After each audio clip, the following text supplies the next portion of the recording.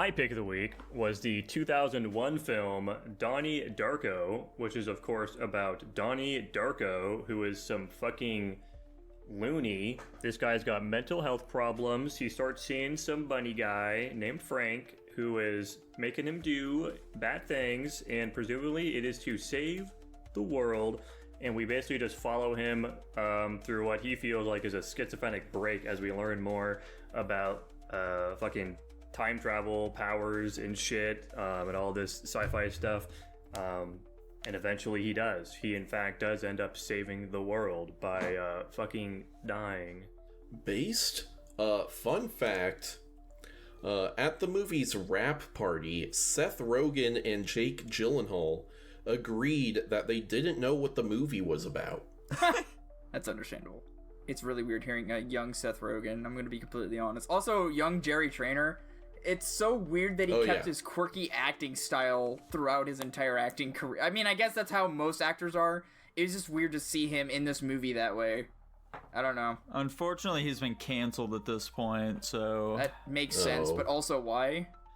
He molested Miranda Cosgrove.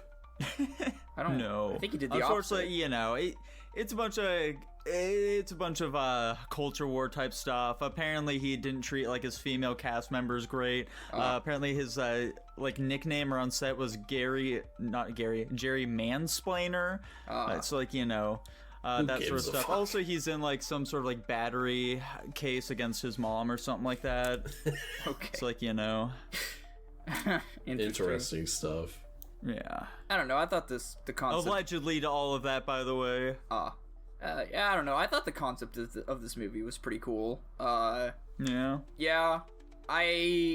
Well, how do I want to explain it? Because I didn't write a short story similar to this, but the concept... I thought you were going to say you live this every day. No.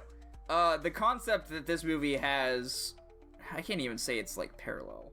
I don't know. I think that separating reality from... Well, that's the thing, is, like, they're trying to make you think he's having a mental break or a mental trip, but they're towards the end, they're leaning so much more heavily into what they call a tangent and a primary universe, which I interpreted just as there is another universe that dips in and out, because that's how, like, a tangent function works, of their own universe, and, like, the collision was gonna, like, end both of them or something like that unless he did something about it. Right. Which people could still interpret like, oh no, he's just insane and it was all one big fever dream. But I like how at the end that everybody either did or did not remember what happened. And it was very, like, weird select people too. Like, his family, obviously, none of them remember what happened that whole time. His, like, girlfriend didn't remember. Also, the way they fucking killed her, that was fucking brutal. Like, I'm glad it wasn't, like, super gory at least. That was just really rough to see. That's crazy. That did surprise me. I was like, oh shit, they actually did that. That's crazy. Yeah. Yeah, I was not expecting that. And also the whole idea of, like, the scene where he goes upstairs into his parents' room to find the gun. Oh my god, damn, he's got a gun. This could go one of two ways. He'll either use it for something significant later, or he actually is just a paranoid schizophrenic. He's about to mass murder his family. So I remember they actually waited so long on bringing the gun back, I had kind of forgotten about it. It was still a constant thought in my mind. So when he pulled it out, because I was thinking about it the whole time. I was like, dude, when's he gonna pull out and use this gun? Because I thought he was gonna use it in the scene with, like, fucking Jim Cunningham or whatever, that, like, positive, like, fear or love guy. I thought he was gonna pull it out on the stage and, like, fucking shoot him. But that didn't happen Dylan either. is Chekhov. Yeah. So he doesn't. Yeah, but I don't know. I like the concept that this movie explored. It dove into, like, evenly splitting reality to mental disorder and how making you believe either is feasible. Mm-hmm. I mean, it touches on, like, quite a few things, you know, like mental illness, the time travel, like what it means to, like, fucking be alive and all this other shit. But I don't know. I don't really feel like it really delves into these enough to really get much out of any of these concepts at all. I think it just clicks and gels with me different, but...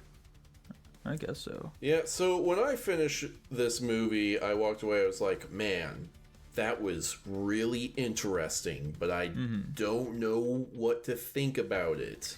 And so, you know, I watched someone, you know, explain Donnie Darko, and I finished that video, and I was like... that wasn't very satisfactory at all. And then I read one of the YouTube comments, so I was like, oh, okay, I get it. What the fuck? Yeah, that's fair enough, dude. I don't know. And basically the YouTube commenter, they were like, my interpretation is just like, this guy's crazy. no.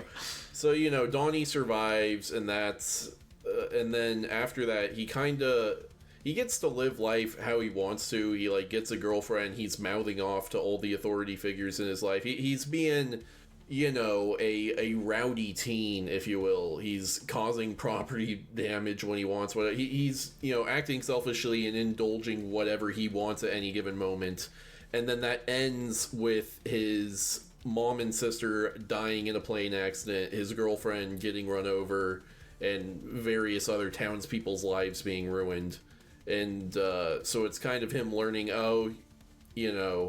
maybe I shouldn't be a selfish prick all the time. And that's why he, like, smiles and laughs at the end before the engine kills him. Yeah. But in doing so, a pedophile goes free. What did they mean by this? Maybe he actually didn't do it. Oh. Well, I don't know. I don't want to delve too deeply into that, but he was in that, like, ending portion. He like woke up and realized how terrible, and this is my interpretation, so it could be completely wrong, how terrible the things he had done and, like, the consequences of his actions were that he should have realized beforehand. So, and that's what I was saying before, was, like, the people who do and don't remember, they were very key people, but maybe it was just an opportunity for them to have a second life, much like he had a second life. They just got it after the fact, and he got it before the fact. Uh-huh. So makes sense to me.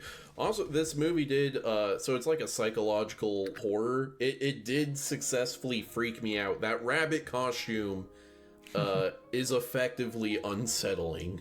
Yeah, it did its job. Especially that, like humming noise they put in the background every time he's having, one of his psychosis breaks. I'm like, dude, this is just making me uncomfortable. Yeah. Jackson, what did you think of the movie?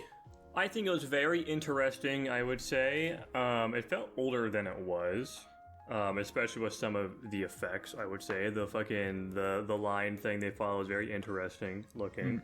Mm-hmm. I mean, it seems like the movie's going for, like, an 80s sort of thing. Well, it was so filmed that in would the make 80s, sense. so that would make sense, yeah. Yeah. Anyways, it felt older than it was. I think it was well acted. I think it's an interesting concept for a film. I don't know if I ever say I was scared by it. I don't know if I particularly think of it as a horror film. It's mostly kind of just like a mystery drama more than anything. It's definitely not what I expected. I thought it was going to be much more of like a horror mystery, but no, it was mostly just like a drama about this kid's life and him trying to solve the mystery of like the world ending. Like the fucking rabbit guy really doesn't take that much of a front seat like I expected him to. He's not like crazy involved in most of everything. It's kind of just, Donnie doing his own thing. Also, maybe there's some implications that he's being, kind of guided behind the scenes in his, like, maybe those fucking breaks. He's doing a lot more of the hand against the mirror, looking at the rabbit, looking back at him than we see him in the movie potentially. Yeah. But yeah, I think it's interesting. I think there's a lot you could draw. This is a fun movie to pick apart. This seems like the type of shit that you'd watch in some literature class and write an essay about. Right. There's like the one interpretation that Tanner was talking about. You could also maybe look at it from like a mental health standpoint. And Donnie, like, I guess, like, I don't know, chose his fate at the end because he did want to die. He was kind of unhappy with the way his mental health was going, and he just, that was his suicide. He was happy that he was finally let free or some shit. I don't know. Dude, if you think about it, a plane turbine is kind of shaped like a schizophrenia pill. Dude, exactly. I do like that he was being straight about everything with his therapist. I really didn't expect that. I definitely thought I was just going to be like fucking around, because basically every time I see a teenager in a therapy setting in a movie, it's always just them fucking blowing them off or not giving them the full details. But no, he was for real about everything. Like, there's a fucking rap telling me the world's gonna fucking end. He's making me do shit. Yeah, he was even upfront about, like, she asked, is it an imaginary friend? He's like, yeah. So it's like, he does seem to understand, like, this is just something that's happening in his mind as well. Yeah, he's a smart guy, and they show that. He definitely seems like a touched child, just from the way he interacts with things. But, nothing wrong with that, of course. I think it's a romp. I think it's quite the time, personally. I enjoyed it, I would say. Yeah. I don't think we've really mentioned it all yet, but the performances, you know, aside from just Jerry Trainer, I feel like the performances across the board were well done as too. Fucking, again, Seth Rogen, he's in this movie. I pointed that out to Jackson, and I was like, hey, holy shit, is that young Seth Rogen? He said, no, there's no way. And it was young Seth Rogen. It was true. Are we ready to rank this one? I feel Yeah, like sure, whatever. Yeah. I feel like there should be more that we talk about, but yeah, I don't really have anything. I think we've given it the light of day. I went ahead and gave this one an A. I liked it quite a bit. It had me thinking a bit, and I liked what I walked away with as the message of it. I'm a little lower than you personally. I'm giving it an A-. I also gave it an A-. Wow. I didn't like it quite as much as you. I still thought it was entertaining, but yeah. I gave it a B+. Whoa. Biggest hater of Guapish 2024 Yeah, sure, is Donnie buddy. on his revenge arc. Sure, buddy, sure. Punished arc. A- overall, unsurprisingly. Fantastic. Pretty solid. But yeah, I agree. I feel like we probably could have talked a lot more about this. I definitely could have talked a lot more about this, but I wrote no notes and I forgot everything. Yeah, that's just how the fucking cookie crumbles. This is so sad. Speaking of forgetting everything. Not Dylan. Jackson did in fact have to rewind the film at one point though to get a look at the sister's feet. So, you know, let's just put that one on the record real quick. That was a fun little bit. I fucking saw her feet now. I was like, this would be fun.